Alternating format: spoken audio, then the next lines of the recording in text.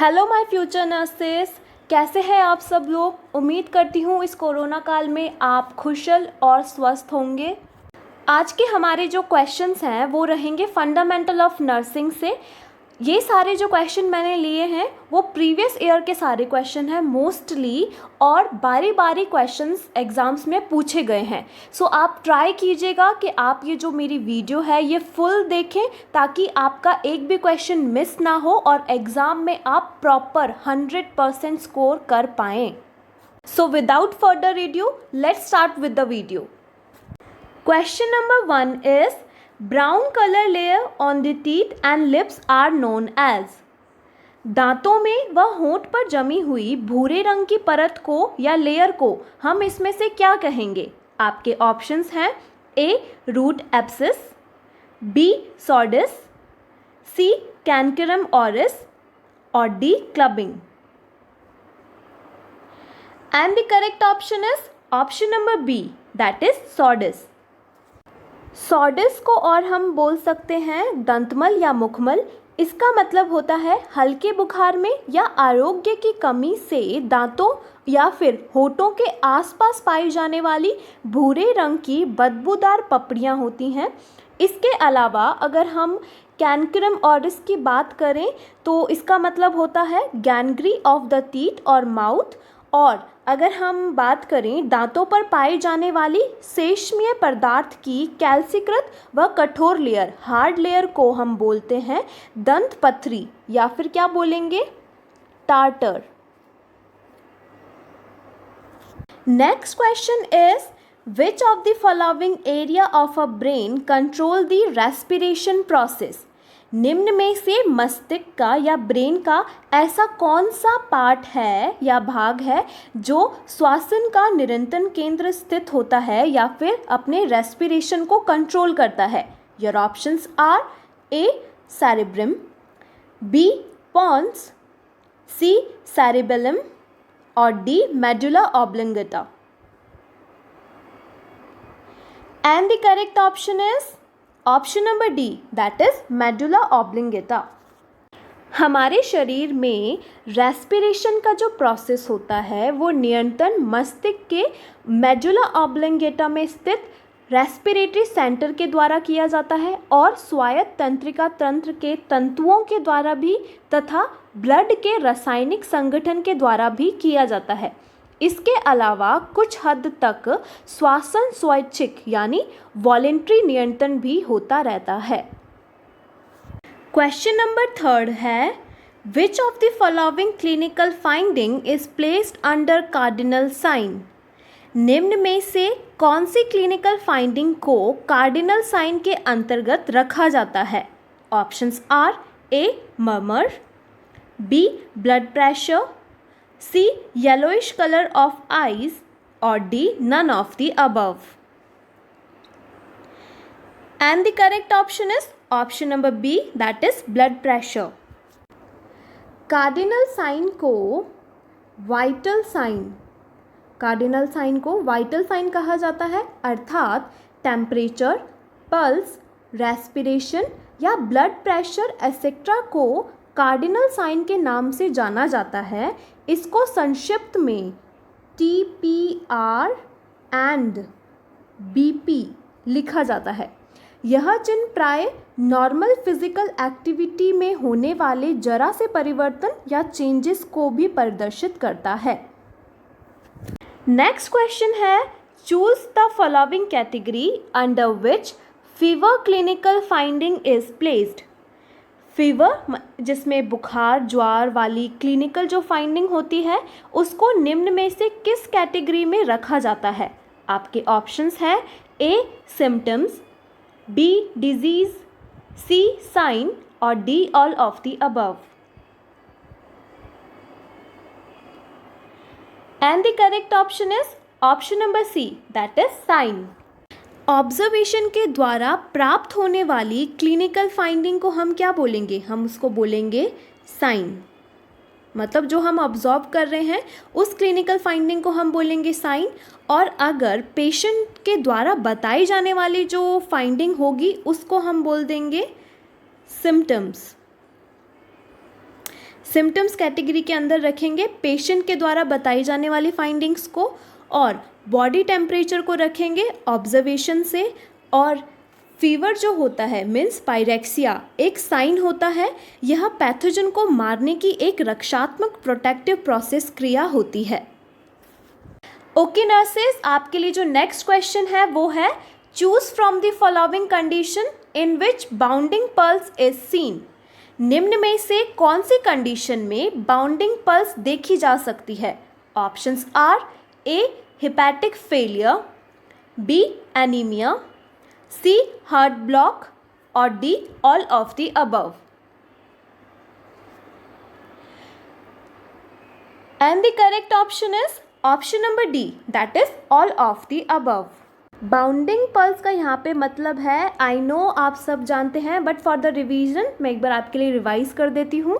Pulse that becomes very forceful than normal and then disappear quickly.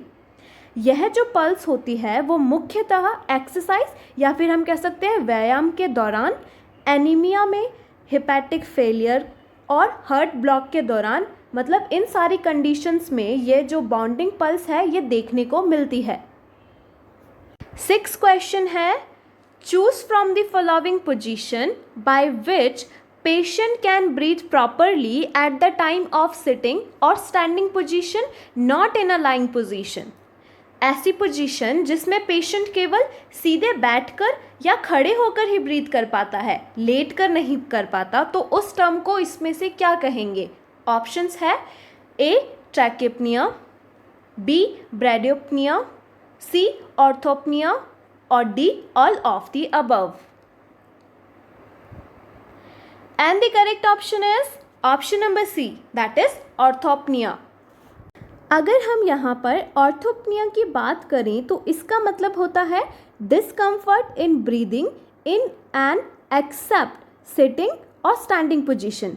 इसके अलावा अगर हम ट्रैकीपेनिया की बात करें तो इसका मतलब होता है very rapid respiration about above 24 पर मिनट, और हम अगर ब्रैडिपनिया की बात करें तो इसका मतलब होता है वेरी स्लो रेस्पिरेशन अबाउट 10 पर मिनट, और एपोनिया की अगर हम ऐसे बात कर लेते हैं तो उसका मतलब होता है cessation of respiration for some time. Question number 7 है Which of the following term used to define difference between systolic pressure and diastolic pressure? Systolic pressure व डायस्टोलिक प्रेशर के मध्य के अंतर यानी डिफरेंस को निम्न में से किस टर्म के द्वारा व्यक्त किया जाता है? ऑप्शंस है A pulse defect, B blood pressure, C pulse pressure और D all of the above. यहाँ पे आपका आंसर रहेगा option number C, that is pulse pressure. Blood pressure जो होता है वो होता है दो टाइप का, फर्स्ट सिस्टोलिक और सेकंड है वो है डायस्टोलिक प्रेशर। इन दोनों की अगर हम डिफरेंस की बात करें तो इसको हम बोलेंगे पल्स प्रेशर या फिर बोलेंगे नाड़ी दाब। सामान्यतः जो स्वस्थ या हेल्दी व्यक्ति जो होता है उसका एवरेज ब्लड प्रेशर की अगर हम बात करें तो वो होता है 120/80 mmHg, और एवरेज पल्स प्रेशर की अगर हम बात करें तो आप बताइए कितना होता है? अगर हम एवरेज पल्स प्रेशर की बात करें तो वो होता है 40 mmHg।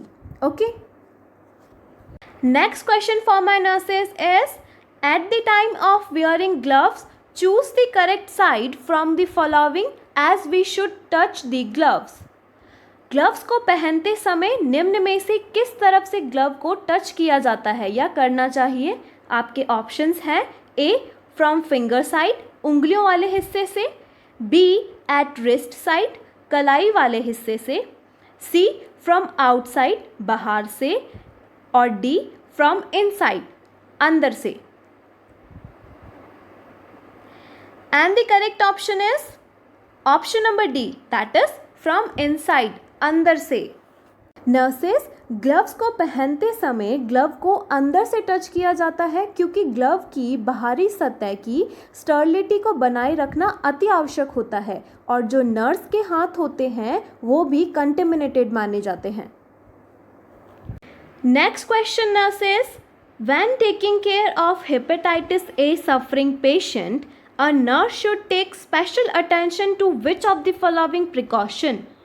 हेपेटाइटिस ए से ग्रस्त पेशेंट की देखभाल करते समय नर्स को निम्न में से कौन सी स्पेशल प्रिकॉशन रखनी चाहिए? आपके ऑप्शंस हैं A, wear mask and glove before entering the room, B, prevent droplet spread of infection, C, use gloves when removing the patient's bedpan, or D, use caution when bringing food to the patient. And the correct option is option number C, that is use gloves when removing the patient bedpan. Hepatitis A का जो virus होता है वो मरीज़ के stool, urine, नेज़ोट्रैकियल secretion आदि में present रहता है। इसीलिए इनकी हैंडलिंग में स्पेशल प्रिकॉशन ग्लव्स की आवश्यकता होती है। सामान्यतः हेपेटाइटिस ए का वायरस वायु से नहीं फैलता है और मरीज़ के लिए फूड लाते समय भी कोई स्पेशल प्रिकॉशन की आवश्यकता नहीं होती है, लेकिन पेशेंट के नेज़ोट्रैकियल सिक्रीशन के ड्रॉपलेट इन्फेक्शन से सावधानी रखनी चाहिए। Next question is, choose from the following action which best describe the assessment step of the nursing process. Options are A, collect patient health data, B, implement intervention identified in the plan of care, C, establish priorities, client goal and outcome identification, or D, evaluate the client's progress. And the correct option is option number A, that is collect patient health data. Nursing process में तथ्यों या फिर data को collect करना ही assessment कहा जाता है या कहलाता है। इस चरण को data collection, data analysis, problem statement आदि के नामों से भी जाना जाता है। Option establish priorities, client goal and outcome identification वाली जो एक्टिविटी है वो प्लानिंग स्टेप के अंतर्गत आती है। Option evaluate the client progress वाली एक्टिविटी इवैल्यूएशन स्टेप में आती है। और option implement the intervention identity in the plan of care वाली जो एक्टिविटी है वो इम्प्लीमेंटेशन स्टेप को व्यक्त करती है। नेक्स्ट क्वेश्चन है, choose from the following type of injuries in which possibility of infection is minimum. निम्न में से किस प्रकार के इंजरी में इन्फेक्शन होने की पॉसिबिलिटी सबसे कम रहेगी? आपके ऑप्शंस हैं A, stab wound, B, laceration, C, cat bite, और D, contusion. Correct option is option number D, that is contusion. जब स्किन का ब्रेकडाउन ज़्यादा होता है तो इन्फेक्शन होने की संभावना भी ज़्यादा होती है तथा हीलिंग प्रोसेस में थोड़ा ज़्यादा टाइम लगता है। और जब स्किन का ब्रेकडाउन कम होता है तो इन्फेक्शन होने की संभावना भी कम होती है और हीलिंग प्रोसेस में भी समय कम लगता है। सामान्यतः कंट्यूशन में यानी गुम चोट में स्किन का ब्रेकडाउन नहीं होता है, अतः इसमें इन्फेक्शन के चांसेस बहुत ही कम होते हैं, सबसे लीस्ट होते हैं।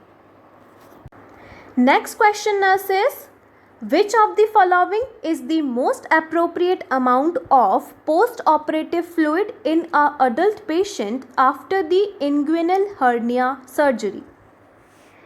इंग्यूनल हर्निया की सर्जरी के बाद एक अडल्ट पेशेंट में पोस्ट ऑपरेटिव फ्लूइड की मोस्ट अप्रोप्रिएट अमाउंट कितनी होगी?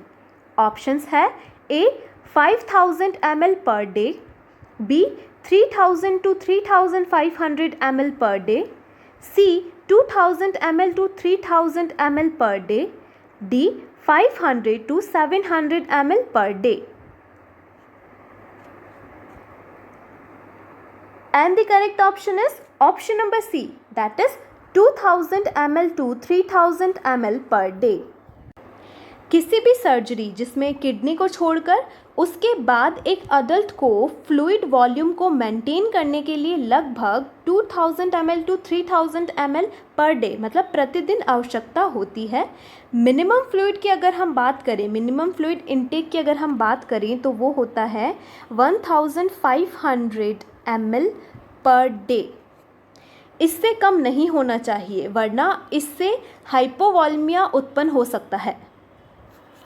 सो गाइस, आज के वीडियो के लिए इतना ही। आशा करती हूँ आपको ये वीडियो बहुत ही पसंद आया होगा। अगर आपको ये वीडियो पसंद आया हो तो लाइक करें, सब्सक्राइब करें और शेयर करना तो बिल्कुल भी ना भूलें। सो माय फ्यूचर नर्सेस, आज के वीडियो के लिए इतना ही। मैं आपको फिर से कल मिलूंगी इसी टाइम पर, इसी चैनल पर, कुछ मोस्ट इम्पॉर्टेंट क्वेश्चन के साथ। सो तब तक के लिए keep learning, keep supporting for nurses preparation. Thank you.